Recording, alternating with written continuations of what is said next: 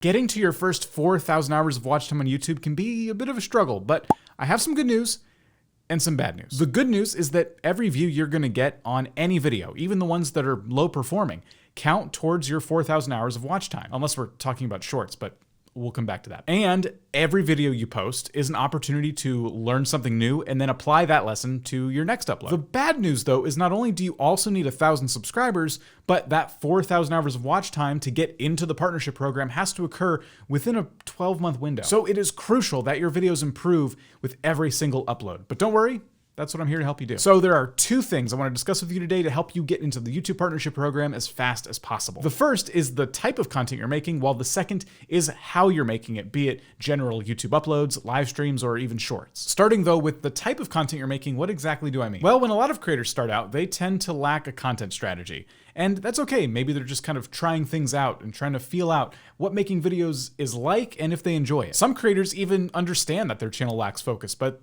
they're just doing it for fun and they don't really care. But there comes a point where a lot of creators genuinely would like to get a content strategy in place, and they're struggling a bit with needing to know exactly what to make and who to make it for. Wherever you are in that beginning of the creator journey, the first hurdle is going to be figuring out a content strategy for your channel. And getting partnered is the first step in taking a fun hobby, that is making YouTube videos, and then turning it into a legitimate business. Outside of YouTube, let's use an example of trying to start your own business.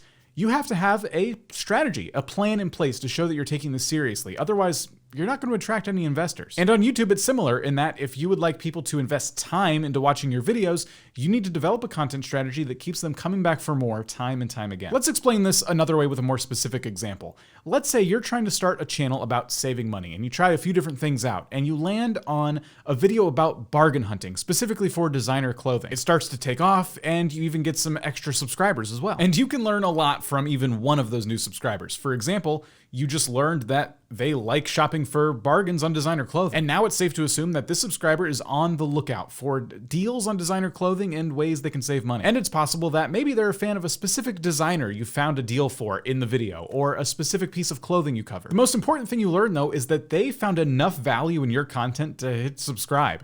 And when they hit subscribe, that only means one thing. That person wants more of what they subscribe for. So if your next video is about bargain hunting, but maybe it's popular tech products, there's a chance that the crossover isn't there and they don't watch. And yes, some could argue that the bargain hunting videos in general are all part of the same content strategy and are appealing to the same audience, but in some cases, not all bargain hunting videos will appeal to the same person. And that brings you, creator, to a choice.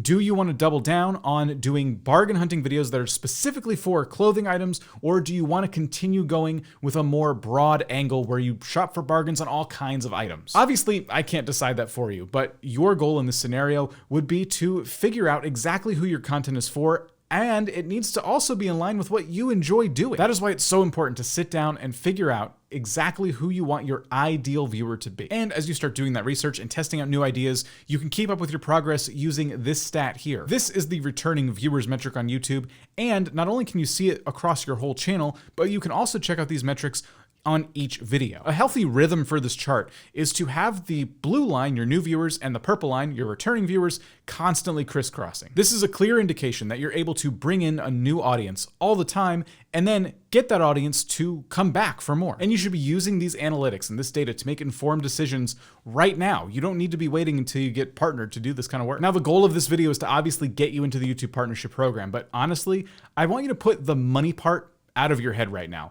What I really want you to focus on are the people watching your channel, the real human people. If money is your only motivation for doing YouTube in the first place, then you're missing a huge part of the puzzle. The people who are making a living on YouTube, creating content, love what they're doing. And I don't mean they love making videos for YouTube, although that's certainly part of it. I mean, they love specifically what their channel is about. Like, for example, if I told you that right now, baking channels are super hot, and I bet you if you started a good baking channel, you'd have like 1 million subscribers in a week. What would you do with that information? Well, unless you specifically really, really love to bake things, I would hope the answer to that is nothing. I can't do anything with that information. Because on YouTube, the answer isn't to force yourself to do something just because you think it's going to get you millions of views and a whole bunch of money. The whole point is to take something that you are genuinely passionate about and then find an audience that is also just as passionate about that thing as you are. And if you do that right and you're really good, the money stuff falls into place on its own. The reason I'm pushing this point so hard is because here at vidIQ, every week we do these live streams where we look at dozens of channels and give them advice. And the number one piece of advice we give them? Develop a content strategy.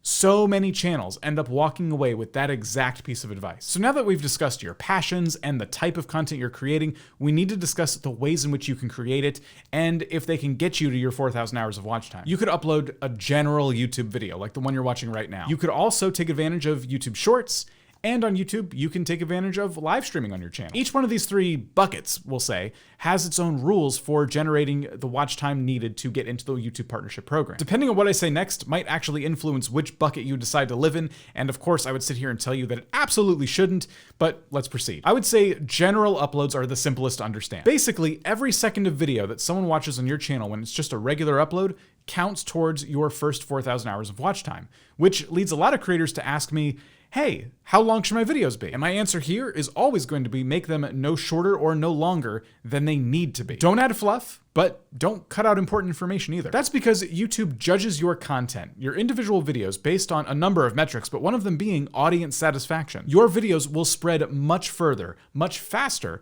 if the perceived value in the title and thumbnail is resonating with an audience. So don't take what should be a 2-minute comedy sketch and stretch it out to 5 minutes long just because you think that will get you more watch time quicker. Audiences can detect when you add fluff to a video, and if they get bored, they're gonna click away and you're not getting them back. This will cause YouTube to stop spreading your videos, and the overall goal of YouTube is to keep viewers on the platform for as long as possible. So your job is to help them do that by making good quality content. But let's talk about live streams, because those can also help you get to your first 4,000 hours of watch time, but this one's a bit trickier. Every time a live stream ends, YouTube gives you a little report card and tells you how many watch time hours you actually earned from that live stream while you were going. As long as your live stream is set to public, all of the hours it accumulates, according to YouTube, count towards the YouTube Partnership Program requirements. What we're less clear on right now is if the hours you get during the actual stream itself count towards the 4,000 hours, or if it's only the hours you get once the live stream becomes a video. The most confusing watch time hour metric we have to look at, though, is of course YouTube Shorts. At the time of recording this video, not a single hour you get from your YouTube Shorts counts towards the YouTube Partnership Program. There is good news though, and that is if you're using YouTube Shorts to grow your channel, you don't need to be in the YouTube Partnership Program. Your focus should be on making the best shorts possible so they can spread far and wide, because YouTube could still give you money. Even channels who are not in the partnership program are eligible to receive payments from the YouTube Shorts Creator Fund. Now, obviously YouTube is very secret about this stuff, but from what we've seen, it just seems like you need to get as many views as possible if you want a chance for YouTube to include you in that month's payouts for the Shorts Fund. But again, you do not need to be a YouTube partner to receive checks from the YouTube Shorts Fund. It's just a different way to use YouTube and a whole different strategy to consider when you're deciding how you want to make content. Speaking of money, I would like you to watch this video next if you like money and would like to make some making YouTube videos, because there's a whole bunch of things you could be doing between now and the time you become a YouTube partner that will help you get your channel to be a lot more profitable.